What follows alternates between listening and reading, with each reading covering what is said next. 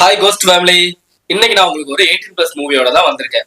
18+ அப்படின்னு சொன்னாலே நம்ம எல்லாருக்கும் மைண்ட் ஆட்டோமேட்டிக்கா எங்க போயிடுது அப்படின்னா, நிறைய இன்டிமேட் சீன் இருக்கிறதா 18+ அப்படின்னு சொல்லி நம்ம எடுத்துக்கிறோம்.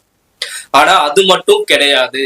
18+ அப்படின்றது வந்து நிறைய ஆக்ஷன் சீக்வன்ஸ் இருக்கிறது, நிறைய ரத்தங்கள் தெரிக்கிற மாதிரியான சீன் இருக்கிறது, ஜம்ப்ஸ்கேர் பண்றது அந்த மாதிரி இருக்கிறது. லைக் வந்து இந்த ஃபைனல் டெஸ்டினேஷன் அந்த மூவி கூட 18+ உள்ள வரும். சோ 18+ சொன்னா உடனே நம்ம மைண்ட் எங்க போகுது அப்படின்னா, இந்த படத்துல வந்து நிறைய இன்டிமேட் சீன்ஸ்லாம் இருக்கும் போலயே அப்படின்ற மாதிரி யோசிக்காம, இது எல்லாமே அடங்குனதுதான் அந்த 18+ மூவி அப்படின்றத மைண்ட்ல வச்சுக்கோங்க.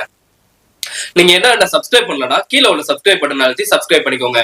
ஏன்னா நம்ம நிறைய மூவிஸை ரிவ்யூ பண்ண போறோம்.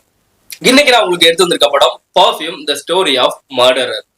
இந்த படத்தோட ஸ்டார்டிங்ல நம்மளோட ஹீரோவை கொடூர வில்லனா சங்கிலியால கட்டி இழுத்துட்டு வந்து மக்கள் முன்னாடி நிப்பாட்டுறாங்க. அங்க உள்ள மக்கள் எல்லாருமே அவனை கொல்லணும் கொல்லணும் அப்படின்னு சொல்லி ஆக்ரோஷமா கத்திக்கிட்டு இருக்க அதோட சீன் கட் ஆகுது. அடுத்த சீன்ல பாத்தீங்கன்னா ஒரு மீன் வியாபாரியான ஒரு பெண்ணுக்கு ஒரு குழந்தை பிறக்குது. அந்த குழந்தை பிறந்து கொஞ்ச நேரம் அழாம அப்படியே இருக்குது. என்னடா அப்படின்னு பார்த்தா, அங்க ஓடுற அந்த சாக்கடையா இருக்கட்டும், அங்க இருக்கிற அந்த மீன் வெட்டுற அந்த மீனோட பிளட்டு, இதோட எல்லா ஸ்மெல்லையும் அந்த குழந்தை நுகர்ந்ததுக்கு அப்புறம் தான் அழவே ஆரம்பிக்குது. சோ இங்கேயே அந்த குழந்தையோட பவர் என்ன அப்படின்றத நமக்கு அந்த இயக்குனர் தெளிவாவே காட்டுறாரு.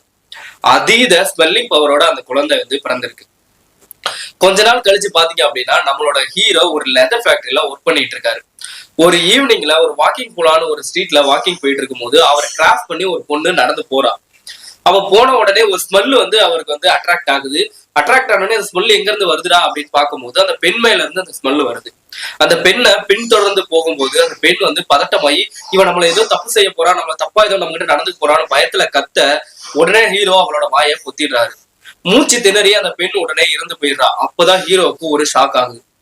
என்னடா இவ்வளவு நேரம் வந்த அந்த வாசனை இப்ப வரவே இல்லையே அப்படின்னு. அப்போ உயிரோடு இருக்கும் பொழுது அவன் மேல இருந்து வந்த வாசனை இறந்த பிறகு அந்த வாசனை எங்க போச்சு, அந்த வாசனையை எப்படி நம்ம வந்து ப்ரிசர்வ் பண்ணி வைக்கிறது அப்படின்ற ஒரு குழப்பம் ஹீரோக்குள்ள ஓடிக்கிட்டே இருக்கு. சில நாள் கழித்து அந்த ஊர்லயே இருக்கக்கூடிய ஒரு பெரிய பர்ஃபியூம் மேக்கரை நம்ம ஹீரோ மீட் பண்றாரு. ஆனா அந்த பர்ஃபியூம் மேக்கரால முன்னாடி மாதிரி அவரோட பெஸ்ட்டை வந்து கொடுக்க முடியாம கஷ்டப்பட்டுட்டு இருக்காரு. நம்மளோட ஹீரோ நான் ஒண்ணு பண்ற பாருங்க அப்படின்னு சொல்லி அவர் ஒரு பர்ஃபியூமை பண்ணி அந்த பர்ஃபியூம் மேக்கர்ட்ட கொடுக்க, அவர் ஃபர்ஸ்ட் டைமா அதை வந்து ஸ்மெல் பண்ணி பார்க்கும்போது ஒரு ஷாட் ஒண்ணு வச்சிருப்பாரு பாருங்க. ரொம்பவே எக்ஸ்ட்ராடினரியா இருக்கும். நீங்க படம் பார்க்கும்போது கண்டிப்பா அதை நீங்க கண்டிப்பா ஃபீல் பண்ணுவீங்க. சோ சில நாள் அந்த ஷாப்லயே வந்து ஹீரோட வாழ்க்கை போயிட்டு இருக்க அவருக்கு அந்த குழப்பம் இருந்துகிட்டே இருக்கு. எப்படி ஒரு வாசனைய நம்ம வந்து ப்ரிசர்வ் பண்ணி வைக்கிறது அப்படின்றது. இந்த குழப்பத்தை அந்த ஷாப் ஓனர் கிட்ட அவரு கேட்கிறாரு. அதுக்கு அந்த ஷாப் ஓனர் இதுக்கு ஒரு இடத்துல ட்ரைனிங் கொடுத்துட்டு இருக்காங்க, வேணா நீ அங்க போய் கத்துக்கோன்னு சொல்ல நம்ம ஹீரோவும் கிளம்பி போறாரு. அங்க போனதுக்கு அப்புறம் நடக்கிற சம்பவங்கள் தான் இந்த படத்தோட மீதி பாதினே சொல்லலாம். இந்த படத்தோட ப்ரீ கிளைமேக்ஸ்ல நான் ஸ்டார்டிங்ல சொன்னேன் ஹீரோவை கொடூர வில்லனா கூட்டு வந்து நிப்பாட்டினாங்கன்னு, அதுதான் இந்த படத்தோட ப்ரீ கிளைமேக்ஸ். அங்க ஓபன் பண்ணுவாங்க மறுபடியும். அப்ப அவரு ப்ரிசர்வ் பண்ண அந்த ஸ்மெல்ல வச்சு ஒரு விஷயம் செய்வாருங்க.